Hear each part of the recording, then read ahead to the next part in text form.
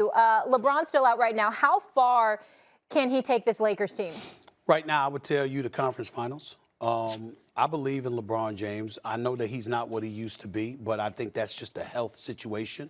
When LeBron James is on the court and healthy, clearly in a position where he's willing to preserve himself for the postseason now, more so than ever before, I think it's one of those situations where his basketball IQ, his ability to make and finish plays, his strength, his size, his girth, his basketball know-how, plus a perimeter shot that's not awful, it's decent. I think the combination of all of those things with Anthony Davis and the rest of the crew, with Carmelo playing the way that he's been playing thus far, even though I don't think that'll last, I still believe in Carmelo Anthony. In the end, I think it's going to take a sniper-like squad, like the Golden State Warriors, to take out the Los Angeles Lakers.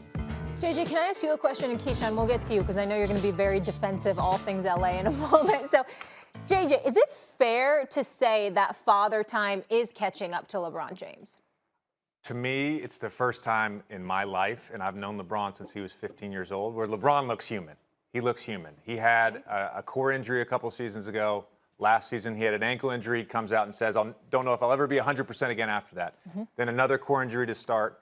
The way he started this season honestly reminds me a little bit of like 2018 with the Cavs, where he kind of cruised through the regular season in order to sort of save himself for the playoffs.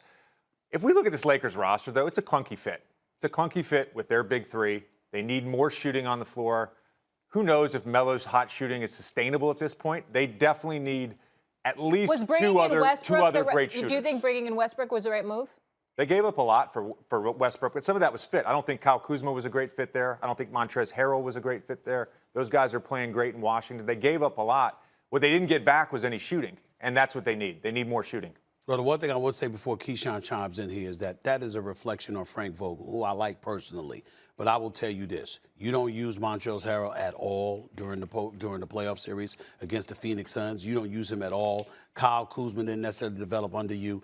You know what? Looking at them and the way they're playing in Washington right now, in the nation's capital, if they keep this up and the Lakers continue to struggle, which I don't think will happen, the Lakers side anyway, you're going to be looking at Frank Vogel and being like, what the hell's going on here? 6-5 ain't a struggle, I don't think, when you don't have LeBron James 10 games into the 11 games into the season, right? I know we talked about Westbrook. Yes, that is a problem in terms of shooting. But can Westbrook start the game, give him 7 minutes, come and be the second unit guy that does what he did a couple games ago, which is score at a high volume? I mean, we're not asking Carmelo Anthony to score 29 points a night. So if he can give us half of that, I think we would take that and be happy with it. Oh, he'll right? give you half of that. If you can get half of that, you can get half of that. I think you take that and you run to the hills with it. LeBron James, father time may be catching up slowly, but it's got a long ways to go, JJ. I'm never going to discredit or I didn't say he was discrediting LeBron. He said human. But he looks human. Yeah. He looks human. Yeah, in the early stages. What about late in the year, second half of the season, all-star? If we was having this conversation and you said to me, he looks human, when they're getting ready to go into the into the playoffs, now I'm a little more worried. The biggest problem for me is, can we keep AD healthy? I've told y'all. Can we keep AD healthy? I've told y'all all year long. I said, look. 10 games in, by the way. Well, I'm just talking about preseason once the minute the trade was made. I've said it. It's going to come down to Russell Westbrook. Yes. I know that with Anthony Davis, you're looking at health. Health. With LeBron, you're looking at health. With Russell Westbrook, you're looking at how you play. Last night, had a triple-double. 5 turnovers in the fourth quarter. 5. And some of them were pivotal ones. You're going to look at him, and if you're the opposition, you're going to challenge him to make the right play at key pivotal moments. Now, with LeBron there, that's the ultimate cover, because we all know how LeBron usually is going to make the right plays. But the bottom line is that you're going to look at them and you're going to find a way to put Russell Westbrook in a position where he's the one that has to come through for you in a pivotal moment. And the question is, can he do that in terms of his decision-making and his shot-making ability? Well, I would think in the fourth quarter he would defer, obviously, to LeBron, especially like bringing the ball up the court, spacing it out. Because as you said, LeBron is not a deadly shooter, but he does shoot the ball pretty well now. So that's your guy. In terms of Westbrook doing what he's doing, Stephen A and JJ, he's a second unit guy for me. Giving LeBron rest, he comes in there and he gives us that increase in scoring. Sure, he loves being called a second union guy. Hey, okay, hey. so JJ says LeBron looks human for the first time. The fit's a little clunky. You're a little concerned about Westbrook. You're a little concerned about AD's health. I will ask you, Mr. Laker, if you were a betting man, how far is your squad going? Probably to the championship. Yeah, probably. I know they're going to be there. I forgot in the who I Western was asking. Conference, Yeah. And I'm believing in LeBron and AD to stay healthy to get us over the hump. What I would say is it should be who JJ mentioned. It should be Utah. Okay. I don't have faith in anyone in Utah outside of Donovan Mitchell. Somehow, some way, they just let me down. Engel and Gobert and those guys. They just let me down. Okay, they just let me down. And I'm just a believer in the Golden State Warriors. I'm just talking about that. I just think that when you can Be the favorites to win it all. Oh, hell yes. I said I came on the record. Let me state this loud and clear for everybody to see. JJ smiling If at you. I Klay don't know. Thompson and James Wiseman come back healthy, the Warriors are winning the championship. Ain't nobody beating them. I'm sitting across from a man that is a career 41.5% shooter from three-point range. Buckets. This brother is a marksman now. I'm talking to him. Steph Curry's the greatest shooter I've ever seen in my life. Klay Thompson is one of the top 5 shooters I've ever seen in my life. And I'm watching Jordan Poole. I'm watching Damon Lee. I'm watching Gary Payton Jr. I'm watching Toscano, okay? And then I'm looking at Steph Curry, who, by the way, let me take a moment to give love to the wonderful, great, phenomenal Candace Parker, who tweeted before the game, Steph Curry gonna drop 50 tonight. When you got a young cat, I'm paraphrasing here, she tweeted that when you got a young blood like Trae Young coming for you, you gotta remind them who you are. And that's what Steph Curry, because Trae Young was putting on a show himself in the first half last night. But Steph Curry just said, not yet, young fella. There's levels to this. And when I think about what I'm seeing, I see a lot of teams, but when I think about perimeter shooting ability, the versatility, the athleticism, the ability to play defense, and more importantly, I don't know why I gotta keep preaching this to people all the time. Free throws matter come playoff time.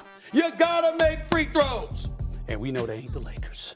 And so when I look at it, I'm telling you right now, I'm watching James Harden, he's struggling. Don't get me started with Kyrie, he ain't there. So Milwaukee, Giannis hit free throws in a game 6, congratulations. All right, Miami is nothing to sneeze at, I get it. But these brothers here in Golden State, I can't see anybody beat them. JJ, why were you shaking your head at him? It's irresponsible. It's irresponsible to say that, to be honest with you. Whatever. Irresponsible. listen. Whatever. Get him. Listen. That's a good take. Steph Curry is the greatest show on earth right now. I will say that. And to your point, he's the best shooter ever. I think Klay Thompson is the second best shooter ever. Here's the thing about the Warriors, though. First of all, it's 10 games into the season, so let's have some perspective here. Okay. All right, they've had the 8th easiest schedule so far. They've got 2 games left on this homestand. 9 of their first 12 games will be at home. They have no signature wins other than opening night against the Lakers. They've beaten OKC twice, Houston, New Orleans. The only time they've left the state of California is to go play Oklahoma City in Oklahoma City. Well, you need to go visit San Francisco. No, but listen, because being in San Francisco this day and age is tough. But go ahead. It is so early to say that they're the favorites. And the other thing about bringing back Klay or bringing back James Wiseman, Klay hasn't played basketball in 2.5 years. The last time Klay played basketball, anti-vaxxers were a fringe movement. You know, COVID didn't exist, right? It's been a long time. We have no idea what Klay Thompson will look like. James Wiseman is 20 years old. He's played in 39 NBA games. If you're placing your trust in him to win a playoff series with him playing heavy minutes, I just don't know what to tell you. I'm going to let Keyshawn go first, but I'm about to warn you, you're about to be initiated into television in a few minutes. I love Go ahead, Keyshawn. First time you're a rookie in a long time, right?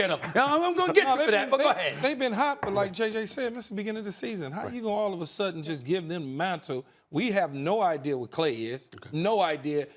Remember, one of his strengths is his defensive side of the ball. His 2 leg injuries, an ACL and an Achilles. So when you take that away from him, now what is he, just a spot-up shooter, which is deadly, clearly. It puts points on the board. And yes, you are right, Stephen A. The Lakers don't make free throws. But I'd be damned if I sit here and allow you to just count them out.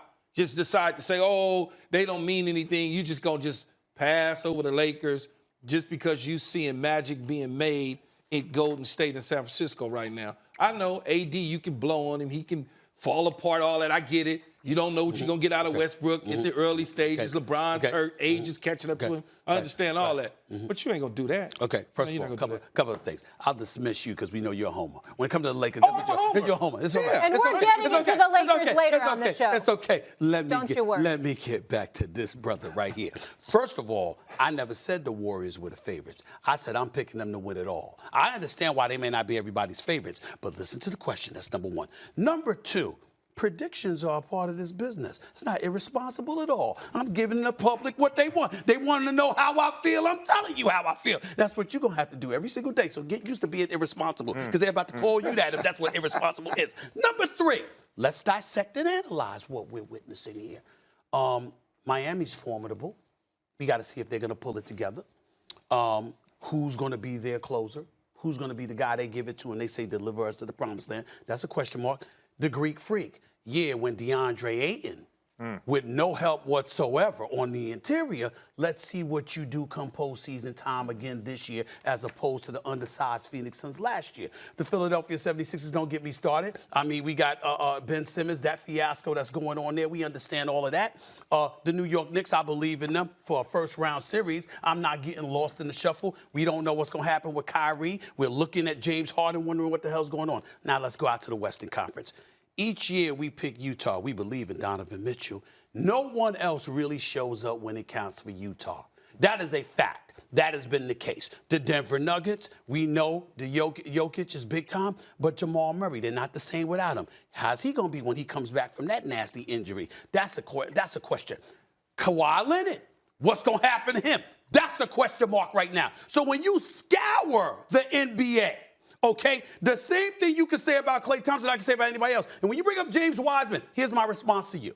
All right. They won the title with Jaja Pachulia and Andrew Bogut. The point that I'm trying to make to you is this.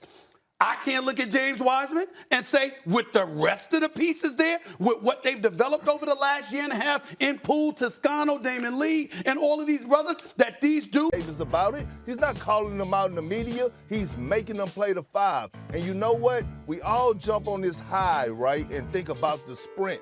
Molly, Stephen A, you know, it's about the marathon. It's about how you're playing in March. It's about how you're playing in April. And here's the thing that I realized last night.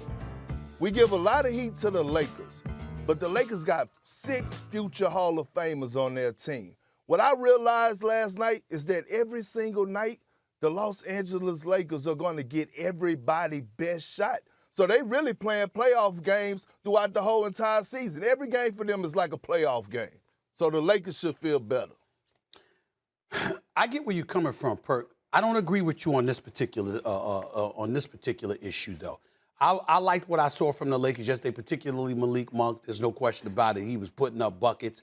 I'm wondering what's going to happen once LeBron James comes back because, for me, I'm locked in and zeroed in on Russell Westbrook. He had a triple-double last night, but he also could have easily had a quadruple-double. They said it was about 8 turnovers. I counted 11 personally. That's just me. But nevertheless, I think about that. I think about the shot selection at the end of the game. I wonder about stuff like that. Here's why I'm on the Miami Heat tip in terms of this particular question. Should the Heat or the Lakers feel better off of last night?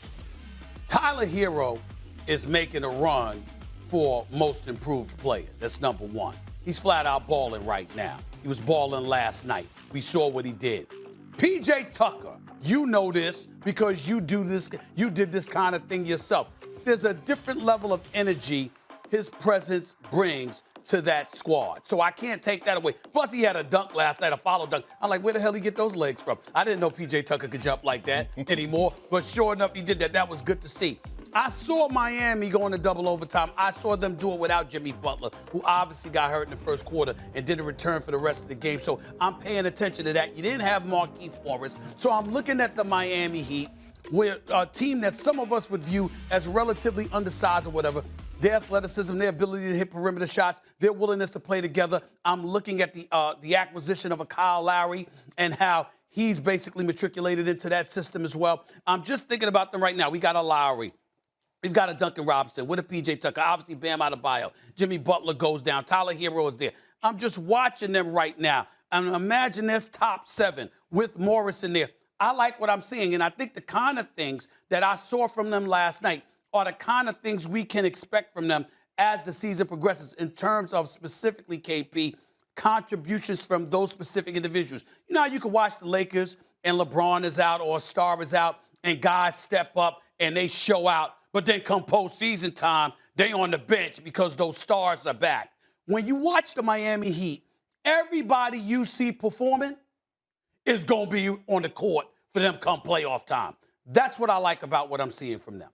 Yeah, and I'm not knocking that, Stephen A., but when you think about the Lakers, just think about this. They haven't been healthy the entire season. I agree. And when I'm not just talking about LeBron James, but they're missing Taylor Horton-Tucker, who's a huge part, because when he comes back, I can't wait for Kent Bazemore to go straight to the bench. All right, he's just been playing horrible on both ends of the floor. And then you're missing Kendrick Nunn, who they signed to come in and play some valuable minutes for them, who got young legs, who got the energy, who has the athleticism, could pick up 94 feet. And when I saw last night they actually won that game without Rajon Rondo, let me tell you how huge Rondo is. If you go back to their last game, and go back to look how when Rondo came into the game, he changed the entire game, his energy, the way he was being a floor general, things to that nature. If he wouldn't have got ejected, they probably would have won that game by 25. So what I'm saying is, going against a team like the Miami Heat, going against a coach like Eric Spoelstra who will mix it up. You don't know if they're in zone at times. You don't know if they in, certain type of defensive coverages. And I thought the Lakers did a great job of figuring things out. They were trapping Carmelo Anthony. They were trapping Carmelo Anthony like it was the Carmelo Anthony from the New York Knicks. And I thought Melo did other things that mattered that didn't show up in the stat sheet that made winning plays. That's cool, but I think what you're missing, KP, is that some of the contributors or some of the expected contributors as the regular season progresses are not going to be contributors come playoff time because I don't trust that Vogel's going to go 9-10 deep. I think he's one of those coaches that's going to stick with a top 7, top 8 in the rotation and be married to that. Whereas with Miami, what you see is what you get. So if I see contributions from individuals on the Miami Heat, I expect Spoelstra to utilize them come postseason time because that's his MO. I bet he's a bit more diverse in that regard, and he's a bit more risque in that regard. He's willing to go 8 or 9 deep if necessary. But the point is, whoever you see producing for him during the regular season, he's going to use them during the playoffs. Why is Montrezl Harrell in Washington, D.C., in the nation's capital right now? Because regardless of the energizer buddy that he was, a former Sixth Man of the Year, a guy that came off the bench and produced for the Clippers for years and years and years, he comes to the Los Angeles Lakers. He shows you what he's capable of doing. He reminds you what he's capable of doing.